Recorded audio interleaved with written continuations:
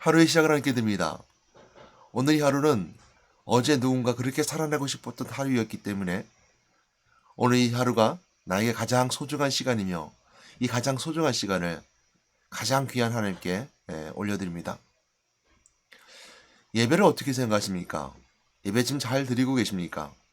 혹시 예배가 잘 드려지지 않는 분 계십니까? 오늘 말씀의 제목은 예배하는 자들을 찾으신다는 말씀을 함께 말씀 나누도록 하겠습니다. 이 시대는 예배를 폐하는 시대입니다. 예배를 축소하거나 예배를 경홀히 여기는 시대이기도 합니다. 우리는 예배를 중요시 여기게 되며 또 예배를 더 가까이 해야 됩니다. 그래서 성경에 말씀하시기를 예배를 드려야 된다라고 말씀하고 있고요. 성경에서는 오늘 본문에서 보게 되면 예배하는 자들을 찾으신다라고 말씀하고 있습니다. 물론 성경에서 말씀하고 있는 것처럼 히브리서 4장 16절 말씀에 우리는 공의하심을 받고 때를 따라 돕는 은혜를 얻기 위하여 은혜의 보좌 앞에 담대히 나아갈 것이니라 라고 했습니다. 하나님께서 우리를 예배하는 자들을 찾으기에 앞서서 우리가 은혜의 보좌 앞에 나아가야 되는데 담대히 용감하게 용기 있게 나아가야 된다라고 히브리서 4장 16절에서 말씀해 주고 있습니다. 그러니까 우리가 요구하는 것은 은혜의 보좌 앞에 담대히 나가는 것이 바로 예배입니다. 예배는 하나님 만나는 시간이고 은혜의 보좌 앞에 담대히 나가는 시간인데 오늘 본문 말씀을 통해서 할 수 있는 것처럼 예배하는 자들을 찾으시는데 담대히 나오는 자들 그들을 찾고 있을 뿐만 아니라 그냥 오고 가는 자들 아무 생각 없이 오는 자들 또한 무슨 목적을 가져 사회적 목적을 가지고 오는 자들이 아닌 이런 자들을 찾으신다라고 분명히 바르게 예배하는 자들에게 말씀해 주고 계심을 알게 됩니다. 그래서 어떠한게 예배하는 자들을 찾으신다라는 말씀이 맞을 것 같아요. 이것이 제목입니다. 요한복음 4장 23절 24절 말씀해 보게 되면 아버지께 참되게 예배하는 자들은 영과 진리로 예배할 때가 오나니 곧 이때라 아버지께서는 자기의 이렇게 예배하는 자들을 찾으시니라 라고 말씀하고 있습니다. 아버지께 참되게 예배하는 자들이랬습니다. 그 참되게 하는 예배하는 자들이 어떤 자들인가 한다면 24절 말씀을 그걸 설명해 주고 있는데요. 하나님은 영이시니 예배하는 자가 영과 진리로 예배할지니라 라고 말씀해 주고 있습니다. 하나님은 영이시니 예배하는 자가 영과 진리로 예배할지니라. 예배하는 자들을 찾으신다는 말씀에 있을 때 이 배경이 되는 사람은 누구냐면요. 사마리아 땅의 수가성이라는 곳에 한 여인이 있었는데요. 이 여인이 예배를 갈급하게 찾고 있었습니다. 그 여인에 대한 메시지가 이제 배경이 되고 예수님께서 이처럼 그 예배에 대해서 설명해 주는 메시지가 오늘 요한복음 4장 23절 24절 말씀에 기록된 메시지입니다. 예수님께서 사마리아 수가성에 이르렀을 때 목이 말라 물을 마실 때 그곳 한 여인이 찾아오게 되는데요. 이 여인은 우리가 사마리아 여인이다라고 말하면 좋겠습니다. 이 사마리아 여인에게 물을 달라고 했을 때 그 물을 주면서 너가 내가 누군지 알았더라면 내가 목마르지 않을 것이다 라고 이제 예수님께서 이 여인에게 말하자 이 여인이 내가 목마르지 않게 원합니다. 영원히 목마르지 않은 샘물을 먹고 싶습니다 라고 말했습니다. 그랬을 때 예수님께서는 바로 내가 주는 물을 먹으면 목마르지 않는다라고 말씀하시죠. 그랬을 때 이 여인의 그 가지고 있었던 과거사를 얘기해요. 내가 남편이 다섯이다라고 말하면서 이 여인은 그거에 대해서 화들짝 놀라게 되죠. 당혹하게 되면서 이제 요한복음 4장 19절 말씀에 예수님 보고 말합니다. 선지자 소리다 라고 말하면서 화제를 돌려요. 화제를 돌린다는 건 뭐냐면 본인이 당혹스럽게 자신의 옛 과거를 얘기하니까 지금 예수님에 대해서 선지자 소리다 라고 말하면서 예배에 대한 얘기를 하는 거예요. 예배. 그러니까 이 여인이 가지고 있었던 그 기본적 사고 속에는 하나님 만나는 장소에 있게 되면 자신의 문제가 해결될 뿐만 아니라 목마르지 않는 샘물이 거기서 있다는 것을 아마 기본적으로 알고 있었던 것 같아요. 성경이 그렇게 기록해주고 있지 않지만 그 배경이 설명해주고 있고 말을 돌림을 통해서 예배라는 화제를 돌리는 걸 통해서 그렇게 알 수 있을 것 같아요. 그랬을 때 그 예배를 드리는 것을 말하면서 그 얘기를 하는 거예요. 우리들이 조상들이 예배할 때, 그러니까 우리들이 조상들은 이 산에서, 근데 지금 이 여인이 있는 그 사마리아 수가성이 있는 여인이 있는 장소는 야고보 우물이 있는다 그랬어요. 그러니까 야고보 우물에서 예수님과 함께 대화를 장면이니까 이상 그러면 야고보 우물 맞은편에 그리심산을 얘기해요. 그리심산에서 예배될 때가 드렸는데 당신들이 말하면 당신은 이제 유대인을 얘기하면서 지칭하는 거거든요. 예루살렘에서 예배하더라라고 장소적 개념을 얘기합니다. 어찌 보면 이 여인은 예배를 드리고 싶은데 장소가 나는 지금 우리 조상들이 드렸던 것처럼 그리심산에 드리는데 당신들이 예루살렘에 드린다고 하지 않습니까? 그러니까 우리가 다르지 않습니까? 말하고 있어요. 그러니까 예수님께서는 그 장소적 개념을 통해서 다르게 말씀하시죠. 이 말씀을 통해서 알 수 있는 것은 우리도 마찬가지입니다. 우리가 장소적 개념으로 말할 때가 있습니다. 여러분 예배 드리는 것이 있다면 미국에서 예배 드리든 한국에서 예배 드리든 예배 드리는 것이 정말 진리라면 안 가겠습니까? 여러분 그 이민 가는 사람들의 특징 중에 하나가 뭐죠? 그 이민 가는 특징 중에 하나는 뭐냐면 이 땅에서 못 살겠다는 거야. 헬조선이라는 단어가 나오는 것도 바로 그런 이유죠. 이 땅에 너무 못 살겠다. 아니 오늘날 그렇지 않죠. 이 나라 얼마나 좋아요. 살기 좋음에도 불구하고 맞지 않는 거예요. 그래서 미국 이민 가든 캐나다 이민 가잖아요. 물론 그 땅이 좋아서 가는 경우도 있겠죠. 대부분 그리라 믿습니다. 그처럼 필요하면 가는 거예요. 예배가 진리하고 진실이 있다면 그리스 사람이 어떻고 예루살렘 사람이 어때요? 물론 이제 예배 장소라는 개념에 있어서는 하나님 만나는 장소가 있어야 되겠죠. 그러나 장소적 개념, 지역적 개념이 필요 없는 거죠. 서울서 예배드리든 천안에서 예배드리든 여러분 장소적 개념이 그렇게 중요하지 않아요. 정말 참으로 예배한다면 그 거리가 아무리 멀어도 올 수 있는 거예요. 왜? 내가 필요하니까요. 내 영혼이 살기 위한 거니까요. 참되게 예배하는 장소니까요. 이 여인이 나는 남편이 5대 있다는 그 메시지를 듣고 그 문제가 해결된다면 장소는 문제가 되지 않아요. 그래서 예수님께 이렇게 말씀하셔요. 여자의 내 말을 믿으라 그래요. 예수님께 그 말씀하시면서 이 산에서도 말고 지금 그리스도산에도 말고 예루살렘에서도 말고 예배할 아버지께 예배할 때가 이르리라 이렇게 말씀하셔요. 그러니까 아버지께 예배할 때, 즉 하나님을 만나는 장소, 진실하게 만나는 그 때가 이를 것이다. 그러니까 그리심산에 드리든 예루살렘에 드린다는 것은 옛날에 사마리아와 예루살렘에 관련해서 아주 고전적인 옛날에 고루한 다툼이 있었던 거거든요. 그래서 성수적 개념에서 예루살렘과 뭐 지방 성소라든 여러 가지 다툼 속에 있었을 때 사마리아에서 또 성소를 만들었었고요. 근데 그런 개념 속에서 다툼이 있었기 때문에 그런 다툼이 아니라 이제는 아버지께 예배할 때 온다라고 말씀하고 있어요. 그러자 이제 이 여인은 이렇게 말합니다. 예수님께서 이렇게 말씀하십니다. 너희는 알지 못하는 것을 예배하고 우리는 것을 예배한다. 그러나 구원이 유대인에서 남이다라는 아주 애매모호한 말씀을 하세요. 네, 4장 25절 26절 말씀 가운데 이렇게 말씀하시거든요. 근데 24절 말씀, 25절 말씀 그런 말씀하시는데 그건 뭐냐면 그 그리스도를 말이야. 유대인을 통해서 다만 예수 그리스도 메시아가 와야 되기 때문이지 유대인에서 예루살렘에 꼭 드려야 되는 것이 아니다. 이제 그런 얘기를 하고 있는 거거든요. 그래서 이 산에도 말고 저 산에 말고 라고 말씀하시고 아는 것을 예배한다는 거야. 우리는 아는 것을 예배하는데 너희는 모르는 것을 예배한다는 거야.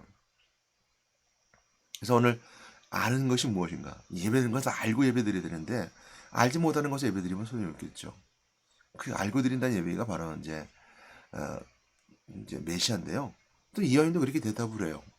메시아 곧 그리스도가 오시면 알려주시라라고 이제 이 여인이 이렇게 대답합니다. 그 예수님 말씀 내가 그리스도다 이렇게 말합니다. 그 얘기를 듣고 이 여인은 물동이를 건져주고 뛰어들어가게 됩니다. 그래서 내가 행한 일을 내게 말한 그 사람을 보라. 이가 그리스도가 아니냐 이렇게 말하면서 그리스도를 전파하게 되죠. 그럼 그리스도라는 것은 하나님 만나는 길입니다. 그러니까 하나님 만나는 길은 하나님 만나는 장소가 있어요. 물론 하나님은 무소부지에서 어디든 다 만날 수 있습니다. 그러나 하나님은 어디서 만나기 원하시냐면 하나님 전에서 만나기 원하세요. 그러니까 여기서는 예수님께서 말씀은 아버지의 집이죠. 그래서 하나님의 전, 옛날에 우린 구약에 보게 되면 성소가 있었고 회당이 있었고 그 전에 보게 되면 성막이 있었고 하나님께서 개인적으로 만나주시는 장소가 있었는데요. 이제 그런 성막과 회당과 이런 공간적 개념 속에 있었던 그 지역적 개념, 예루살렘은 이런 지역적 개념이 아니라 아버지 집이라는 것이 우리가 귀결됩니다. 그러니까 예수 그리스도의 말씀으로 있는 집, 그리고 그것이 바로 성전이고 아버지 집, 그것이 바로 성막이며 그것이 곧 바로 회당이며 그것이 곧 성전인 것을 우리가 예수님께서 말씀해 주고 계신 것이죠. 자, 우리가 좀 말씀 좀 길었죠. 말씀 속에서 우리가 아는 것을 예배한다는 거. 이언이 정말 갈급하게 찾고 싶었던 예배하는 장소, 또 정말 알고 싶었던 예배, 또 그 모든 문제, 자신의 문제를 해결하고 싶었던 그 하나님의 만남의 장소. 그것이 바로 그리스도를 통해서 만나는 하나님의 장소이고, 그리스도를 통해서 알게 되는 예배 진실함이고, 또 그리스도를 통해서 내 문제가 해결되는 장소, 그 예배의 장소. 그 모든 문제가 죄를 용서함 받게 하시고 또 문제 해결될 뿐만 아니라 세상에 승리할 수 있는 그 비결인 그리스도를 만날 수 있는 장소. 그것이 바로 우리가 예배 장소다라 말하는 것을 이 열을 통해서 우리가 설명해 주고 있다는 걸 알게 됩니다. 자, 그래서 또 오늘 말씀을 다시 한번 더 깊이 묵상해 보게 되는데요. 그럼 예배는 무엇일까? 어떻게 참되게 예배하는 것일까라는 것인데요. 그 말씀을 생각해 보도록 합니다. 성경에 우리가 말씀하고 있는 것처럼 요한복음 6장 44절 말씀에 이렇게 말씀하고 있습니다. 나를 보내신 아버지께서 이끌지 아니하시면 아무도 내게 올 수 없으니 오는 그를 내가 마지막 날에 다시 살리리라. 그러니까 나를 보내신 아버지께서 이끌지 아니하시면 아무도 내게 올 수 없대요. 그래서 그리스도를 만나는 장소, 그리스도의 말씀이 선포되는 장소, 그리스도의 말씀을 통해 내가 죄가 용서받게 되는 장소. 그것이 어디냐면 뭐 공간적 개념이 있을 수도 있겠죠. 지역적 개념이 있을 수도 있겠지만 그 장소는 뭐냐면 그리스도가 계신 장소. 이거죠. 말씀 있는 장소인데 그 말씀 있는 장소가 어디냐?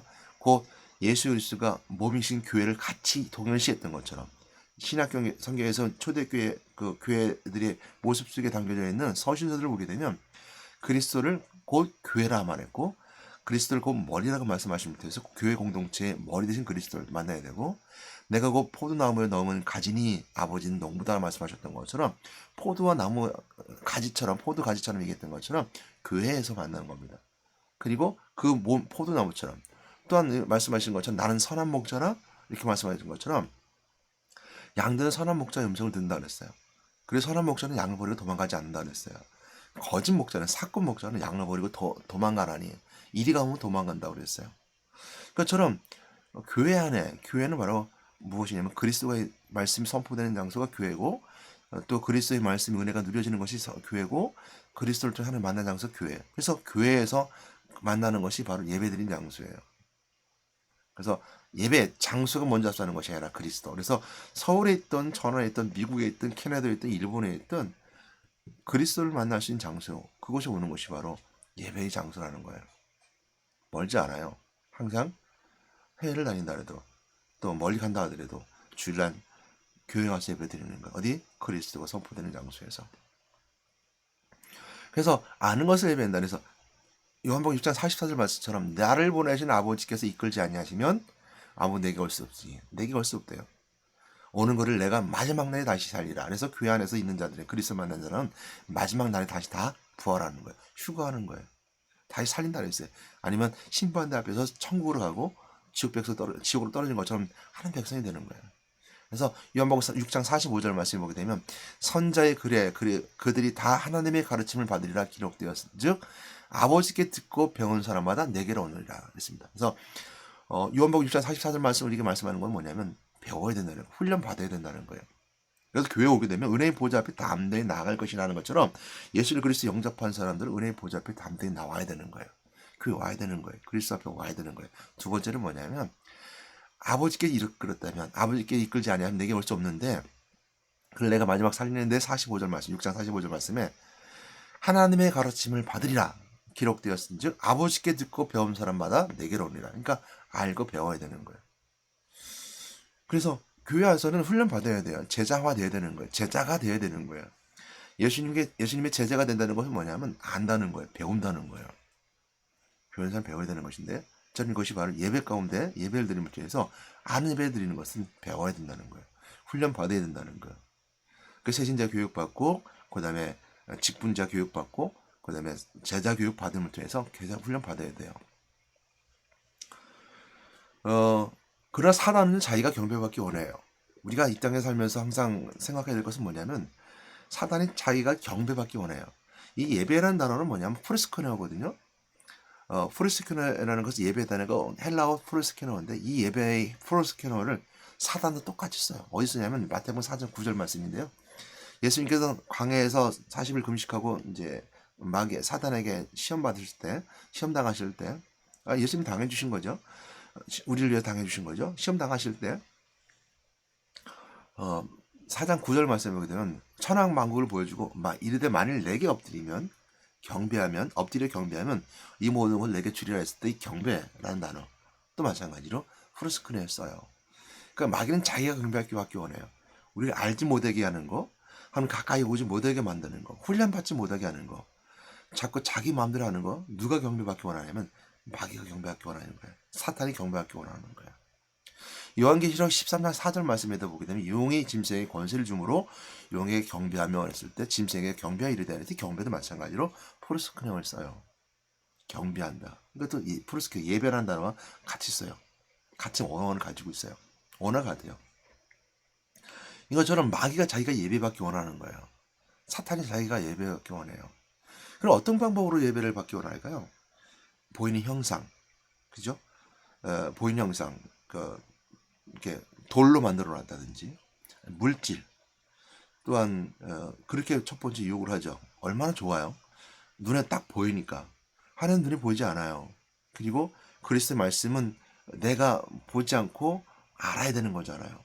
근데 보는 건 굉장히 쉬워요. 보고 믿는 건 굉장히 쉽죠. 보이니까. 그러니까 첫 번째 보는 것처럼 물질이죠. 아니, 형상이죠. 조각상이라든지 이런 것을 섬기게 해요. 눈에 보니까. 두 번째 뭐죠? 보이는 현상 가운데 세상의 두려움. 바닷가에는 용왕을 섬기는 용왕께 예배하는 우상 숭배하는 자들 있죠. 그렇죠. 눈에 보이죠. 두려움이 다가오니까. 두려운 것들. 또한 더 무엇을 가지고 예배를 받기 원해요? 과학 신봉이죠. 그건 조금 고차원적이죠. 뭐냐면 눈에 보이는 것이 아니라 눈에 보고 내가 몸에 와닿아서 경험되어서 두려운 것이 아니라 이제 생각 속에 이제 철학과 과학이 하나님과 경배하지 아니하고 자꾸 그 과학을 경배하고 숭배하게 만들고 철학을 숭배하게 만들어요. 철학을 숭배하는 것은 자기를 숭배하게 만들죠. 내가 온전히 다 믿는 교만함. 이 마귀가 교만해서 하나님을 떠났잖아요. 그러니까 저를 교만이 오게 만듭니다. 그럼 마귀가 철저히 주는 고등적인 술책이죠. 그래서 철학이죠. 철학. 그리고 또한 좀 전에 말씀드린 과학. 과학은 우리가 눈을 현실로 보여줄 수 있고 몸에 와닿을 수 있을 뿐만 아니라 새로운 세상을 꿈꾸게 만들어요. 과학은 추론이거든요. 그러니까 내가 꿈꾸는 것을 이뤄가는 겁니다. 현실적으로 이뤄가는 것들인데 이 과학은 실적으로 내가 머릿속에서 만들어지는 것들이죠. 하나님 주신 소망이 아니에요. 미래를 본다고 해서 과학을 숭배하게 만들어요. 그래서 우주를 숭배하게 만들고 또 어떤 것을 가지고 우리가 숭배하게 할까요? 물질을 그렇게 받기 원해요. 또 돈을 경배하게 만들어요. 그래서 돈의 세상의 가치, 또 심지어는 관계 속에서 우리가 아는 것처럼 요즘 심리학적 많이 얘기되는 나르시즘, 하여튼간 사람을 이렇게 함부로 한다든지, 그래서 이제 가스라이팅 한다 그러죠. 그래서 막 충동질하게 만드는 거, 또 또한 사람을 숭배하게 만든다는 거, 이런 것도 있을 수 있어요. 심리학적으로 이렇게 만들 수 있죠. 사람을 숭배한다는 거에 있어서는 또한 내 가족 또 내 자녀를 더 가치 있게 두는 거죠. 예배보다 더 가치 있게 두는 거예요. 여러분 하나님 나라 갈 때는 가족이 같이 가지 않아요. 분명히 한 개인이 가기 때문에 하나님 앞에서 소중한 것은 나 자신이 하나님께 구원받는 것이지 가족이 구원받는 건 아니에요. 네, 그렇기 때문에 가치성을 따졌을 때는 하나님 앞에 그 가족이 가치성을 둘 수가 없어요. 왜? 구원과 연결되기 때문입니다. 그처럼 그렇게 숭배하기 원해. 그 사단은 그처럼 이렇게 해서 경배받기 원해요. 똑같이 프로스크네 예배받기 원해요. 예배보다 그걸 더 사랑하면 그걸 예배하는 거예요. 예배보다 더 그걸 가치 있게 두면 그것을 예배하는 거예요. 예배 시간에 다른 것을 더 먼저 하면 그걸 더 가치 있게 두는 거 예배하는 거예요. 여러분 우리가 그 쉽게 생각하면 됩니다. 예배 드리는 것보다 우리가 이게 교회에서 그런 게 많거든요. 이번 예배 드리지 말고 우리 여기 놀러 갑시다. 이거요. 예배 드리지 않고 어디 놀러 갑시다라는 것은 가치성을 먼저 두는 거 예배하는 거예요. 그래서 마귀에게 예배하는 거예요. 이게 말대로 그대로 하면 그래요. 경배받는 프로스케도 똑같이 썼거든요. 그걸 경배하는 거예요. 따라가는 거예요. 그러니까 우리가 예배 시간을 굉장히 중요히 여기면서 가장 큰 우리가 오류를 범하는 중 하나가 뭐냐면 예배 시간을 좀 줄였으면 좋겠습니다. 그럼 뭘 늘리겠다는 거죠? 광고 시간을 늘리겠습니까? 아니면 찬양하는 시간을 늘리겠습니까? 예배 시간을 노래하는 시간을 늘리겠습니까? 아니면 어디 놀러 갈 시간을 늘리겠습니까? 어디 가기 위해서 예배를 조금 미뤘으면 좋겠습니다. 이건 예배를 드리는 삶의 그 바르게 알고 예배 드린 자가 아니죠. 우리가 분명히 예배에 대한 정의를 분명히 내려야 됩니다. 그리스도가 계신 그리스도 말씀이 선포되는 것이 예배라고 있어요. 근데 그것이 없는데 예배라는 경우가 있어요. 뭐 저희 가서 그냥 예배 드리면 되잖아요. 그냥 그 산에 가서는 예배 드리면 되잖아요. 그러니까 우리가 개념식에 그리스도가 함께하는 그 예배가 아니라 어떤 장소적 개념, 똑같은 이언체 마찬가지죠. 우리는 그 그리심산에서 우리 조상들이 예배했던 산이 있는데 당신은 예루살렘에서 예배드리리다. 지역적 개념, 장소적 개념으로 자꾸 예배를 얘기해요. 아니에요. 그리스도가 계신 곳입니다.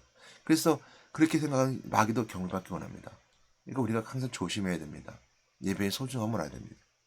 자, 그럼 우리가 말씀 한번 더 깊이 묵상하면서 그 안으로 들어가게 되면요. 너무 잘하는 말씀이니까 제가 그냥 오늘 본 말씀을 여러분 말씀드릴게요. 하나님은 영이시니 예배하는 자가 영과 진리로 예배할지라 그랬습니다. 하나님이 영이시니 예배하는 자가 영과 진리로 예배할지라는 거 이게 무슨 뜻인가라고 우리가 분명히 알아야 되잖아요. 좀 전에 말씀드린 것처럼 아버지께 참되게 예배하는 자들은 영과 진리로 예배할 때가 오나니 영과 진리. 곧 이때를 아버지께는 자기가 이렇게 예배하는 자를 찾으시나 했을 때 영과 진리로 예배한다는 것. 그것이 무엇일까 우리가 생각해 보셨습니다. 이것을 깊이 묵상하면 우리가 무엇이 정말 하나님께 예배드리는 것인가라고 생각해 볼 수 있죠. 그래서 하나님이 영이시니 예배하는 자가 영과 진리로 예배할지라. 영이라는 것은 푸니마입니다. 예배는 예배한다는 풀스킬이라고 그래서 엎드린다, 경배하다, 공경하다는 뜻이 있습니다. 그러니까 예배라는 것은 엎드리는 거예요. 그리고 이제 다른 말로 말하면 이렇게 앉는 것을 말합니다. 그러니까 그 예배하다는 말을 다르게 해석할 방법이 없습니다. 왜냐하면 서양에서는 예배하다는 말에 대한 예배 엎드린다는 내용이 없어요. 그 서양에서는 번역하기 힘들죠. 풀스퀘어를 한국에 갔을 때 예배한다는 했을 때는 엎드린다는 말이 우리나라에서는 그것이 이제 동양권에서는 이해가 될 수 있는 부분이지만 서양권에서 엎드린다는 말이 이해할 수 없었어요. 그러니까 서양에서 엎드린다는 말 대신 뭐가 있을까요? 그러니까 무릎을 꿇고 입 맞춘다든 이런 것이 이제 예식이었죠. 왜 내가 왕 앞에 무릎을 꿇고 왕에게 이제 뭐죠? 이렇게 그 손등에 입을 맞추는 것이 그들이 가지고 있는 최대의 그러니까 경외하는 그 표현이었잖아요. 그러니까 예배한다는 말은 그렇게도 해석할 수 있어요. 그러니까 이제 입 맞춘다는 거지 손에 입 맞춘다는 걸로 해석할 수 있다는 것을 우리가 생각해 볼 수 있습니다. 그러니까 예배한다는 거 우리가 생각할 때는 동양 것은 엎드린다는 말이 잘 맞는 것 같아요. 엎드려 절한다는 거. 그 예배한다는 것이고요. 영과 진리로 예배할지니라 했습니다. 그러니까 하나님 영이시니 푸니마 생명이시니 영과 진리로. 영은 어떻게 생각하면 영과 진리로 예배할 때 굉장히 어렵습니다. 근데 굉장히 쉽기도 합니다. 왜냐하면 우리가 어렵게 생각하기 때문에 그래요. 진리라는 단어가 이제 오해할 소지가 많이 있는 부분들이 있습니다. 그러니까 진리라는 말을 오해할 수 있는 부분들이 있는데요. 진리라는 말은 진실 이렇게 표현하고 있는데 이 말씀은 그냥 어원적으로 해석하기보다는 성경에서 뭐라고 말씀있는가 생각해 볼 수 있습니다. 영이신 했을 때 그 영. 고린도후서 3장 17절 말씀을 보게 되면 주는 영이시니 주의 영이 계신 곳에는 자유가 있느니라. 이 자유입니다. 자유. 주의 영이 계신 곳에는 영이 계신 곳에는 자유가 있느라는 말씀. 고린도후서 3장 17절 말씀 생각해 볼 수 있고요. 진리란 말은 뭐냐면 요한복음 8장 32절 말씀. 진리를 할지니 이 진리는 어원을 같은 언어를 쓰고 있습니다. 헬라는 똑같은 언어로 진리를 쓰고 있어요. 진리할지니 진리가 너희를 자유케 하리라. 그러니까 진리라는 것에 있어서 또 영으로 예배하는 것에 있어서 똑같이 등장하는 단어가 뭐냐면 자유입니다. 자유. 그러니까 어렵게 생각하실 건 없습니다. 우리가 파고들어서 영은 뭐고 진리는 뭐고 파고들어서 그것을 예배드리는 건 뭐라고 더 깊이 묵상해 보는 것도 좋지만 성경에서는 그 영과 진리에 대해서 그 드러나는 현상이 무엇인가 한다면 자유거든요. 자유는 어디에 연결되냐면요. 방종과 연결돼서는 안 됩니다. 그러니까 자유롭다고 그러니까 난 자유롭게 예배드려. 예배는 얼마나 자유로운 것인데 라고 말하는 것이 아니라 그 자유는 뭐냐면 구원받은 자의 참된 자유함입니다. 그러니까 구원받은 사람은 참된 자유가 있는데 무엇으로부터 자유할 수 있어요? 그 자유로움. 우리가 가지고 있는 하나님과의 만남 속에 있을 때 내가 하나님과 만나지 못했던 그리고 항상 죄가 날 짓누르고 있는 것부터 자유로울 수 있는 거예요. 물론 그 죄는 없어지지 않았습니다. 그 원죄는 해결됐어요. 하나님과 만남을 통해서 하나님과 우리를 용서해 주셨기 때문에 해결됐지만 그 마귀와 사탄의 영향 속에 있음을 통해서 우리는 죄를 짓고 살아가 이 땅에서요. 그래서 그 죄를 항상 용서받아야 되는데 그 죄가 짓눌러요. 그래서 구약에서는 율법을 통해서 그 죄를 해결해 보려 했지만 그 율법이 어떻게 돼요? 저 짓눌러요. 그래서 그 짓누르는 그 율법으로 참된 자유함을 누릴 수 있어야 되는 거예요. 그게 영과 진리로 자유한다는 것이고요. 그 죄로부터 참된 자유함을 누릴 수 있는 거예요. 그러니까 죄는 더 이상 나를 누르지 않아요. 그래서 죄를 물론 회개하면 되죠. 회개해야 되죠. 그래서 하나님과 만나면서 용서받았기 때문에 하나님과의 관계에서는 해결됐기 때문에 원전 해결돼 참된 해결돼서 용서는 받은 것이고요. 마귀로부터 영향을 받기 때문에 항상 미혹당하고 살아가고 우리는 쉽게 넘어져요. 그래서 우리 인생을 살 동안에는 영원한 삶에 들어가기 전까지는 끊임없이 우리 넘어지기 때문에 죄를 용서받고 살아가야 돼요. 그래서 회개하는 거예요. 근데 그 죄로부터 자유할 수 있는 것, 회개하는 자격이 주어졌잖아요. 그러니까 회개 아무나 못해요. 예수 믿지 않는 사람은 회개하지 못합니다. 그래서 예수 믿는 사람들은 회개할 수 있는 우리의 그 자격이 주었기 때문에 그럴 때마다 회개하는 거예요. 용서를 구하는 거예요. 물론 그 속에 마음과 신실함이 있어야 되겠죠. 그래서 회개하는 것을 악용하면 안 되죠. 나 죄짓고 있는 무조건 회개하면 되라는 것이 아니라 우리에게 그런 자격이 주었다는 걸 통해서 내가 실수하고 넘어질 때 고의적인 것이 아니라 실수로 넘어지고 이럴 때 우리는 그것을 해결할 수 있는 것이죠. 그래서 자유할 수 있다는 거죠. 그리고 우리가 자유함성에 있었던 건 또 하나는 뭐냐면 나를 억누르고 내 삶 속에 나를 짓누르고 나를 넘어뜨리는 세력으로부터 이길 수 있는 참된 능력이 생겨요. 그래서 우리가 자유를 누릴 수 있다는 거예요. 우리가 그렇다는 말을 말하면 구원의 은혜라고 합니다. 구원받은 은혜는 참된 자유함을 누릴 수 있어요. 그래서 참된 자유함, 그 자유함을 누릴 수 있는 것이 예배라는 거예요. 영과 진리로 예배한다는 것은 자유함을 가지고 예배한다는 거예요. 자유는 평등합니다. 하나님 앞에 누구나 다 평등해요. 사장이나 종업이나 평등해요. 다 자유롭게 예배를 드릴 수 있기 때문입니다. 대통령이나 말단 직원이나 자유해요. 죄 있는 사람이나 죄 없는 사람, 죄 있는 사람이나 죄 없는 사람은 하나님 앞에 평등해요. 이런 죄 저런 죄 진 사람도 더 똑같이 하나님 앞에 평등해요. 자유는 평등함과 함께 갑니다. 근데 거기서 방종이 되는 것이 아니라 거긴 책임이 따르게 돼 있고 또 그 우리가 알게 된 것처럼 아는 예배를 드려야 된다는 거. 예수 그리스도를 통해 참된 자유함을 누릴 수 있다는 것을 경험해 드린 예배. 그래서 그리스도가 있어야 된다는 겁니다. 그 참된 자유함은 나로부터 출발하지 않습니다. 그리스도의 말씀으로부터 출발하게 되고 그 그리스도를 통해서 받은 구원의 은혜로부터 출발하게 된다는 걸 기억하시기 바랍니다. 나로부터 출발하면 절대 자유함 없습니다. 우리 철학적 사고인데요. 철학에서 그 참된 자유함은 어디 있냐면 나로부터 내가 벗어날 때 자유롭다 그래요. 그러나 나는 나로부터 벗어날 수 없기 때문에 참된 자유함을 누릴 수 없습니다. 왜? 내가 나를 벗어났다라고 생각한 순간 우리 생각 속에 잡히기 때문에 자유로울 수 없어요. 하나님이 나를 자유롭다라고 말하기 전까지는 자유로울 수 없어요. 내가 너를 의롭다 말하기 전까지 의로울 수 없어요. 그래서 우리는 이 땅에 살면서 참된 자유함을 누릴 수 없습니다. 하나님 나에게 자유롭다라고 말씀해 주기 전까지는 자유로울 수 없는 거예요. 내가 너를 의롭다라고 말하기 전까지는 자유로울 수 없는 거예요. 우리 이 땅에 살면서 참된 자유할 수 없습니다. 육신을 벗기 전까지는 우리는 자유할 수 없어요. 육신이 우리 항상 이 세상에서 우리를 묶고 있어요. 오늘 진리를 알지니 진리가 너희를 자유케 하라는 말씀 속에 영과 진리로 예배할지니라. 주는 영이시니 주의 영이 계신 곳에는 자유가 있느니라. 이 참된 자유를 누리는 여러분 되시길 바랍니다. 예배하는 자들을 찾으십니다. 어떤 자들이요? 자유로운 자요.